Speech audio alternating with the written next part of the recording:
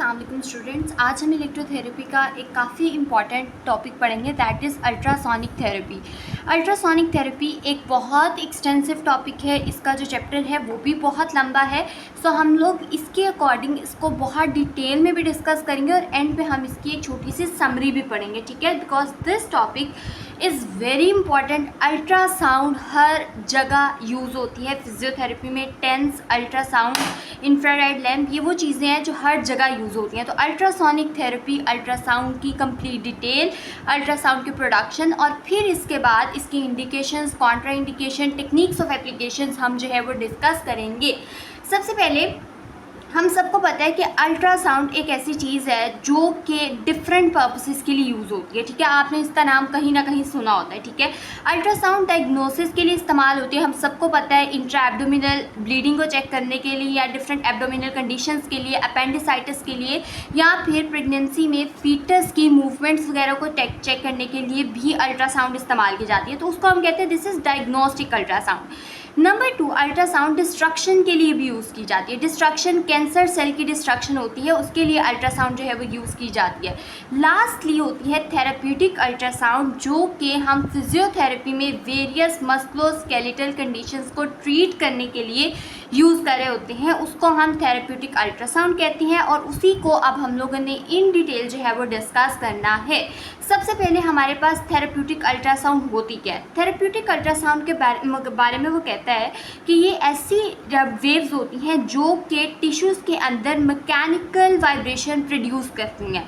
Mechanical vibration produce करती हैं, हम सबको पता है कि जब भी वाइब्रेशन प्रोड्यूस होती है, कहीं भी डिस्टर्बेंस प्रोड्यूस होती है, पर्टिकुलरली अगर वो टिश्यूज़ के अंदर हो रही है तो हीट की प्रोडक्शन होती है। इसीलिए अल्ट्रासाउंड को एक डीप हीटिंग मोडेलिटी के नाम से भी जाना जाता है, ठीक है। अल्ट्रासोनिक थेरेपी क्या, कौन कौन सी अल्ट्रासाउंड होती हैं, थेरेप्यूटिक अल्ट्रासाउंड क्या होती है, आपने बताना है। अब एक बात अगर आपसे कोई पूछे कि अल्ट्रासाउंड किस तरह की मोडेलिटी है या इसका मैकेनिज्म ऑफ एक्शन क्या है, तो आपने कहना है कि ये मैकेनिकल वाइब्रेशन प्रोड्यूस करती है, इसीलिए हम कहते हैं ultrasound is actually a micro massage technique, जो कि हम यूज़ करते हैं। Ultrasound machine is a micro massage technique और ultrasound machine is a micro massage machine, ठीक है। ये चीज़ हमारे पास यहाँ पर समझना बहुत इंपॉर्टेंट है। अच्छा, अब अल्ट्रासाउंड होती क्या है, हम सबको पता है। अल्ट्रा मतलब बियॉन्ड होता है, ठीक है, और साउंड मतलब हमारे पास डिफरेंट जो है वो ऐसी वेव्स होती हैं जो कि डिस्टर्बेंसेस प्रोड्यूस करती हैं जब भी वो किसी भी मीडियम से पास करती हैं, ठीक है। तो उनको हम लोग क्या कह रहे होते हैं, these are ultrasonic wave. In simple words, these are the sound waves which are beyond human hearing, जिनकी फ्रिक्वेंसी जो है वो बहुत अल्ट्रा होती है, बहुत ज़्यादा हाई होती है, ठीक है। एक इंट्रोडक्शन हो गया। उसके बाद अल्ट्रासाउंड की फ्रिक्वेंसी कितनी होती है, ठीक है, ये हमारे लिए जानना बहुत ज़रूरी है ताकि हम लोगों को एक कॉन्सेप्ट समझ आए कि हमारे पास फ्रिक्वेंसी और डेप्थ ऑफ पेनिट्रेशन का क्या रिलेशन है। सबसे पहले फ्रिक्वेंसी ऑफ अल्ट्रासाउंड आप लोगों ने याद रखनी है कि हमारे पास greater than human normal hearing frequency होती है, जो कि हमने 20 to 20,000 हर्ट्ज पढ़ी होती है। इससे ग्रेटर की जो फ्रिक्वेंसी होती है, जो कि beyond human ability to hear होती है, उसको हम लोग क्या कह रहे होते हैं, these are the ultrasonic waves. अब हमारे पास ये तो बहुत हाई फ्रिक्वेंसीज है। जब भी हम लोग बात करते हैं फिजिकल थेरेपी में हम कौन सी तरह की फ्रिक्वेंसीज यूज़ करते हैं, तो हम 0.5 मेगाहर्ट्ज से लेकर 5 मेगाहर्ट्ज तक की फ्रिक्वेंसीज फिजियोथेरेपी में यूज़ करते हैं और यही थेरेप्यूटिकली यूज़ हो सकती हैं। इससे ज़्यादा की फ्रिक्वेंसीज प्रोड्यूस करेंगे तो वो डिस्ट्रक्शन कॉज कर सकती हैं टिश्यूज़ की, जो कि एक इफ़ेक्ट हमें रिक्वायर नहीं होता। अब यहाँ पर समझने की बात है कि जितनी कम फ्रिक्वेंसी होगी उतना ही ज़्यादा जो है वो डिस्टेंस ट्रैवल करेगी, उतनी ही ज़्यादा उसकी डेप्थ ऑफ पेनिट्रेशन होगी। तो इसका मतलब है कि अगर हम लोग चाहते हैं कि हमारा इफ़ेक्ट डीप हो, वो डीप हीटिंग प्रोड्यूस करे, या हम लोग अल्ट्रासाउंड का डीपर इफेक्ट चाहते हैं, डीपर टिश्यूज़ को ट्रीट करना चाहते हैं, डीपर कंडीशंस को ट्रीट करना चाहते हैं, टेंडिनाइटिस को ट्रीट करना चाहते हैं, फेशिया की कंडीशन को ट्रीट करना चाहते हैं, उनमें हीटिंग प्रोड्यूस करना चाहते हैं, तो हम अपनी जो फ्रिक्वेंसी है उसको क्या रखेंगे, कम रखेंगे। और इसके के बरअक्स अगर हम सुपरफिशियल टिश्यूज़ को ट्रीट करना चाहते हैं तो हम लोग उसकी फ्रिक्वेंसी क्या रखेंगे, ज़्यादा। जैसे कि उसने कहा कि 1 मेगाहर्ट्ज की फ्रिक्वेंसी की जो डेप्थ ऑफ पेनिट्रेशन है वो 3 to 5 सेंटीमीटर है, ठीक है। जितनी कम फ्रिक्वेंसी उतनी ही ज़्यादा डेप्थ ऑफ पेनिट्रेशन। इसी तरह अगर 3 मेगाहर्ट्ज की फ्रिक्वेंसी आप ले रहे हैं तो उसकी डेप्थ ऑफ पेनिट्रेशन क्या है, 1 to 2 सेंटीमीटर, ठीक है। तो फ्रीक्वेंसी ऑफ अल्ट्रासाउंड हो गया, अल्ट्रासाउंड का एक बेसिक सा इंट्रोडक्शन हो गया। अब हमें पता होना चाहिए कि अल्ट्रासाउंड वेव्स जो है वो हमारे पास किस तरह की वेव्स होती हैं, ठीक है। अल्ट्रासाउंड हम सबको पता है, साउंड वेव्स के बारे में हम सब जानते हैं, दीज आर द लॉन्गिट्यूशनल वेव्स। और लॉन्गिट्यूशनल वेव्स जब भी ट्रैवल करती हैं तो वो क्या प्रोड्यूस करती हैं, कंप्रेशन और रेयरफेक्शन। इसके बारे में भी आप सबको हम सबको अच्छे से पता है किस तरह से कंप्रेशन और रेयरफेक्शन प्रोड्यूस करती हैं। ट्यूनिंग फॉर्क का एक्सपेरिमेंट हम लोगों ने किया था, उसके थ्रू हमें पता चला था कि पहले कंप्रेशन प्रोड्यूस किया, फिर एक रेयरफेक्शन प्रोड्यूस किया, फिर कंप्रेशन प्रोड्यूस किया, ठीक है। उसके बाद एक नई बात यहाँ पर वो ये करता है कि जो हमारे पास अल्ट्रासाउंड है इसकी जो वेलोसिटी है वो डिपेंड करती है मीडियम के ऊपर, यानी जो भी मीडियम है उस पर डिपेंड करेगा कि कितनी स्पीड से ट्रैवल करती है, ठीक है।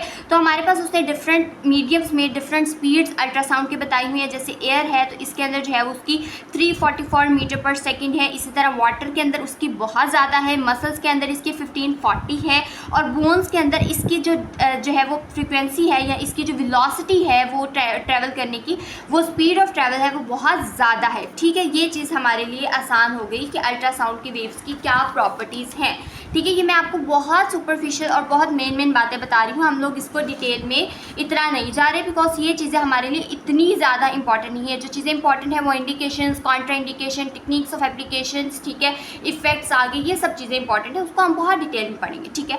उसके बाद हमारे पास आती है प्रोडक्शन ऑफ अल्ट्रासाउंड। एक बहुत ही आसान सा मैं आपको बताती हूँ। एक हमारे पास अल्ट्रासाउंड चूँकि हाई एनर्जी वेव्स होती हैं, इनकी जो फ्रिक्वेंसी होती है वो बहुत ज़्यादा होती है, तो हमारे पास इसका जो सोर्स होता है वो हाई फ्रिक्वेंसी होता है। अब हाई फ्रिक्वेंसी सोर्स से क्या मुराद है कि वो बहुत जो भी अंदर है उसके अंदर बहुत रैपिड जो है वो ऑसिलेशंस प्रोड्यूस होती हैं, इसको हम हाई फ्रिक्वेंसी करंट सोर्स कहते हैं, ठीक है।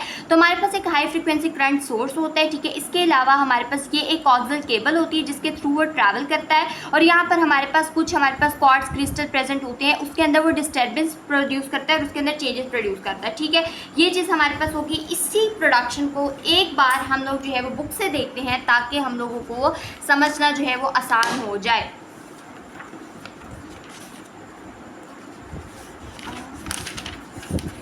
Okay, this is the production of ultrasound waves, ठीक है।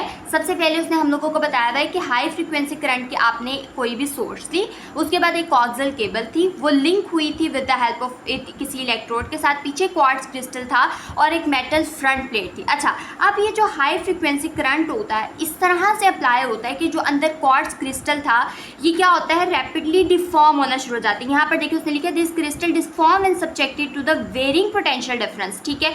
तो उसको हम लोग क्या कहते हैं, पीजो इलेक्ट्रिक इफेक्ट कहते हैं, ठीक है, जिसकी वजह से वो बार बार डिफॉर्म होता है। जब वो डिफॉर्म होता है तो उसकी वजह से कुछ हमारे पास वेव्स प्रोड्यूस होती है जिनको हम लोग क्या कह रहे होते हैं, साउंड वेव्स। ये बिल्कुल भी मुश्किल नहीं है, इसके अंदर बहुत सी आसान बातें हैं, ठीक है। अब हमारे पास जो हाई एनर्जी सोर्स था, ये हमारे पास जो क्वार्ट्ज थे, हमारे पास जो भी यहाँ पर क्रिस्टल मौजूद होगा जो डिफॉर्म होगा, वो कौन कौन से हमारे पास हो सकते हैं। वो हमारे पास बेरियम टाइटेनेट हो सकता है, इसके अलावा लेड जिरकोनेट हो सकते हैं, निकल कोबाल्ट क्रिस्टल हमारे पास हो सकता है, ये निकल कोबाल्ट फेराइट क्रिस्टल हमारे पास हो सकता है, ठीक है। ये हमारे पास कुछ क्रिस्टल्स हैं जो कि जिसके बारे में उसने हम लोगों को बता दिया है। अब देखिए सिंपल सी बात है, मैंने आपको बताया था क्या होगा, सबसे पहले क्रिस्टल डिफॉर्म करेगा, ठीक है। उसकी वजह से जो है वो हमारे पास क्रिस्टल डिफॉर्म होगा, जो भी उसकी मूवमेंट होगी फ्रंट प्लेट की, और हमारे पास एज अ रिजल्ट क्या प्रोड्यूस होंगे, साउंड वेव्स प्रोड्यूस होंगे। बिल्कुल भी मुश्किल नहीं है, जब आप इसको लिख रहे हैं आप इसके कॉन्सेप्ट को समझें, देखें कौन कौन से क्रिस्टल्स यूज़ हो सकते हैं, देन आप लोग जो है वो इस फिगर को बना देंगे, देन आपका ये हो जाएगा। वैसे ये इतना इंपॉर्टेंट पॉइंट है नहीं,